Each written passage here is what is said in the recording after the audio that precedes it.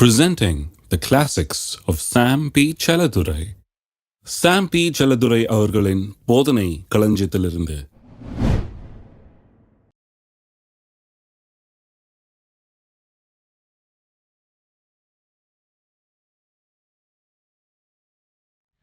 யோவான் 16, 23, 24 பிறகு 26. அந்த நாளிலே நீங்கள் என்னிடத்தில் ஒன்றும் கேட்க மாட்டீர்கள். மெய்யாகவே நான் உங்களுக்கு சொல்லுகிறேன், நீங்கள் என் நாமத்தினாலே பிதாவினிடத்திலே கேட்டுக்கொள்வது எதுவோ அதை அவர் உங்களுக்கு தருவார். இதுவரைக்கும் நீங்கள் என் நாமத்தினாலே ஒன்றும் கேட்கவில்லை. கேளுங்கள், அப்பொழுது உங்கள் சந்தோஷம் நிறைவாயிருக்கும்படி பெற்றுக்கொள்வீர்கள். 26. அந்த நாளில் நீங்கள் என் நாமத்தினாலே வேண்டிக் கொள்வீர்கள். உங்களுக்காகவே பிதாவை நான் கேட்டுக்கொள்வேன் என்று உங்களுக்கு சொல்ல வேண்டியதில்லை. நீங்கள் என்னை சிநேகித்து நான் தேவனிடத்திலிருந்து புறப்பட்டு வந்தேன் என்று விசுவாசிக்கிறபடினால் பிதாதாமே உங்களை சிநேகிக்கிறார். கடந்த பல வாரங்களாக ஜெபத்தை குறித்து இங்கே போதித்து வருகிறோம் என்பதை அறிவீர்கள். முதலாவதாக நாம் ஏன் ஜெபிக்க வேண்டும் என்பதை குறித்து போதித்தேன். அதன் பிறகு ஜெபத்திலே எப்படி வார்த்தைகளை உபயோகப்படுத்துவது, தேவனுடைய வார்த்தை எப்படி ஜெபத்திலே உபயோகப்படுத்துவது என்பதை குறித்து போதித்தோம். அதன் பிறகு மூன்றாவது பகுதியாக ஜெபத்திற்கு பதிலை பெற்றுக்கொள்ளக்கூடிய விதத்திலே எப்படி ஜெபிப்பது, நிச்சயமாய் பதிலை பெற்றுக்கொள்ளக்கூடிய விதத்திலே 100% பதிலை பெறுகிற விதத்திலே எப்படி ஜெபிப்பது என்பதை குறித்து 10 காரியங்களை நாம் எப்படி செய்ய வேண்டும் அதற்கு என்பதை குறித்து நான் போதித்தேன். இப்பொழுது ஒரு புதிய பகுதி ஆரம்பிக்க போகிறோம். இது என்னவென்றால், இது புதிய உடன்படிக்கையும் ஜெபத்தையும் குறித்த ஒரு பகுதி. அதுக்கு தலைப்பு இப்படி கொடுத்திருக்கிறேன், The Glorious Virtues of the New Covenant Prayer. புதிய உடன்படிக்கையின் ஜெபத்தின் மகிமையும் மேன்மைகளும், புதிய உடன்படிக்கையின் ஜெபத்தின் மகிமையும் மேன்மைகளும் என்று இதற்கு தலைப்பு கொடுத்திருக்கிறோம். இன்றைக்கு நாம் புதிய உடன்படிக்கையின் நாட்களிலே வாழ்ந்து கொண்டிருக்கிறோம். நீங்கள் வேத புஸ்தகத்தை திறப்பீர்கள் என்றால், பழைய ஏற்பாடு ஆரம்பிக்கும் போது பழைய ஏற்பாடுன்னு போட்டிருக்குது. புதிய ஏற்பாடு ஆரம்பிக்கும் புதிய ஏற்பாடு மத்தேயுக்கு முன்னால் பார்த்தீங்கன்னா ஒரு பேஜில் புதிய ஏற்பாடுன்னு போட்டிருக்குது. வேற ஒன்றும் இல்லை, பழைய ஏற்பாடுனா பழைய உடன்படிக்கை, அது பழைய ஏற்பாடு, கர்த்தர் பண்ண பழைய ஏற்பாடு. அது அவர்கள் எப்படி தேவனிடத்தில் வரலாம் என்பதற்கு அவர் பண்ணி வைத்த பழைய ஏற்பாடு.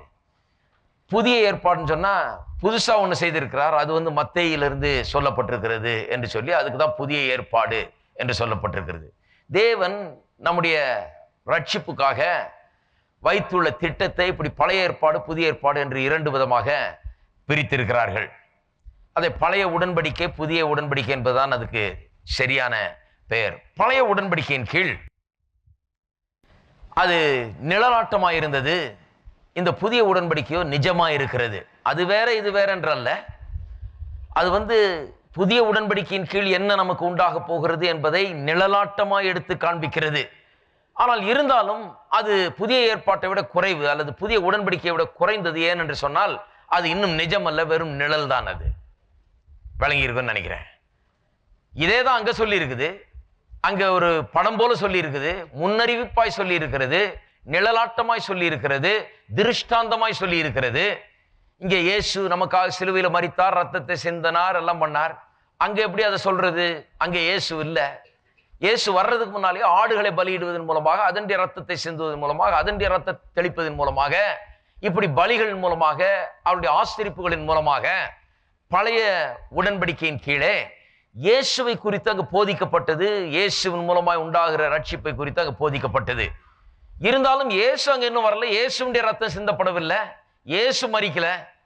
இயேசு மரிப்பார் என்பதற்கு நிழலாட்டமாய் அங்க போதிக்கப்பட்டது. ஆகவே பழைய உடன்படிக்கை என்பது புதிய உடன்படிக்கையை காட்டிலும் சற்று குறைந்ததாகவே இருக்கிறது. அதன் மூலமாய் கிடைக்கக்கூடிய நன்மைகள் புதிய உடன்படிக்கை கீழ் கிடைக்கக்கூடிய நன்மையை காட்டிலும் சற்று குறைந்ததாகவே இருக்கிறது. இப்பொழுது நான் வாசித்த இந்த வசனத்திலே, அந்த நாளிலே, வார்த்தையில கவனிக்க வேண்டும். வேதத்தை வாசிக்கும் போது சில நேரத்தில் கடகடன் வாசிட்டு போயிடுறோம். கடகடன் ஒரு தடவை வாசிக்கணும், அது நல்லது. ஆனால் அப்புறம் தனித்தனியா பார்க்கணும் எல்லாத்தையும். அந்த நாளிலே அப்படின்னு உடனே கேள்வி வரணும், எந்த நாளிலே?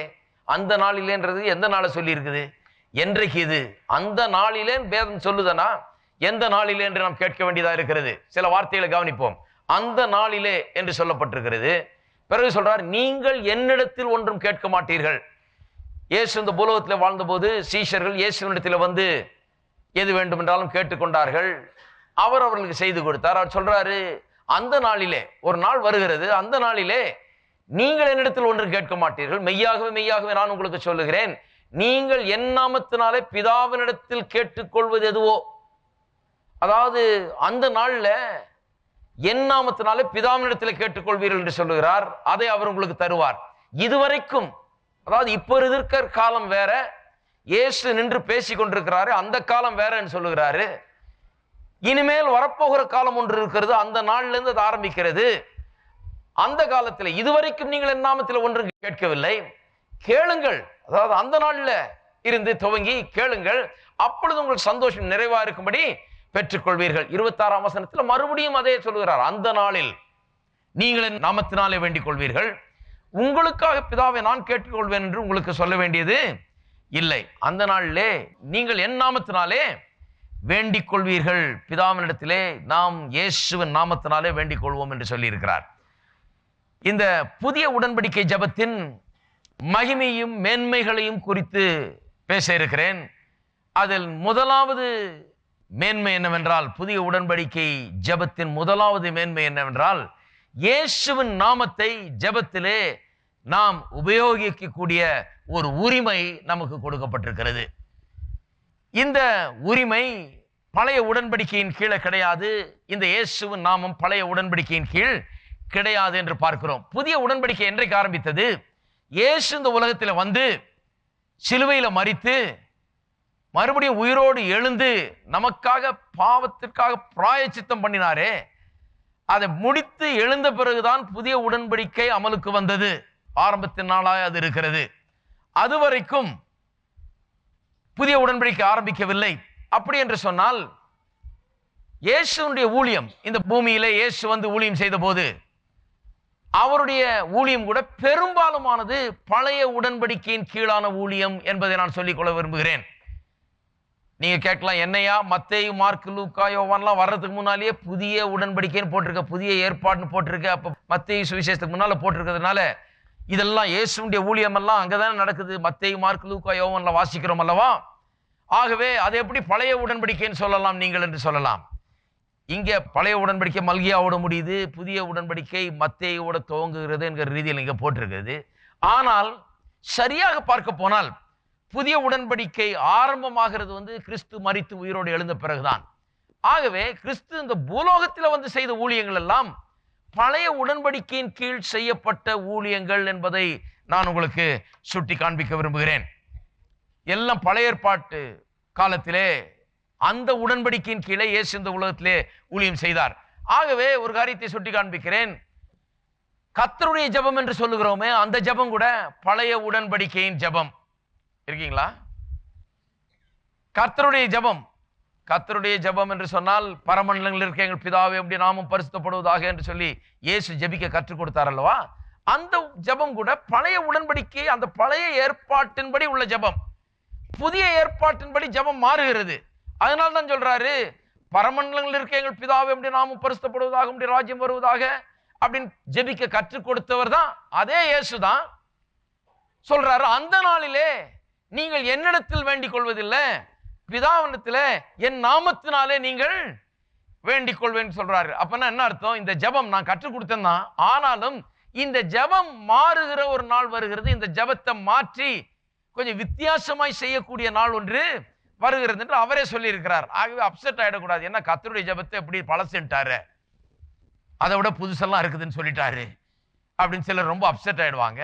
கர்த்தருடைய ஜெபம் நல்ல ஜெபம் தான், ஆனால் அது பழைய உடன்படிக்கை, அந்த பழைய ஏற்பாட்டின் கீழே உள்ள ஜெபம். ஆகவே சில புதிய உடன்படிக்கையின் மேன்மையான காரியங்கள் அதிலே காணப்படவில்லை என்பதை நான் உங்களுக்கு சுட்டி காண்பிக்க விரும்புகிறேன். உதாரணத்துக்கு எடுத்துக்கொள்வோம். மத்தேயு 6ஆம் அதிகாரத்திலே நீங்கள் திருப்பினீர்கள் என்றால் அந்த ஜெபத்தை வாசிக்கலாம். 9ஆம் வசனத்திலிருந்து, நீங்கள் ஜெபம் பண்ண வேண்டிய விதமாவது, பரமண்டலத்தில் எங்கள் பிதாவே உம்முடைய நாமம் பரிசுத்தப்படுவதாக, உம்முடைய ராஜ்யம் வருவதாக, உம்முடைய சித்தம் பரமண்டலத்திலே செய்யப்படுகிறது போல பூமியிலேயும் செய்யப்படுவதாக.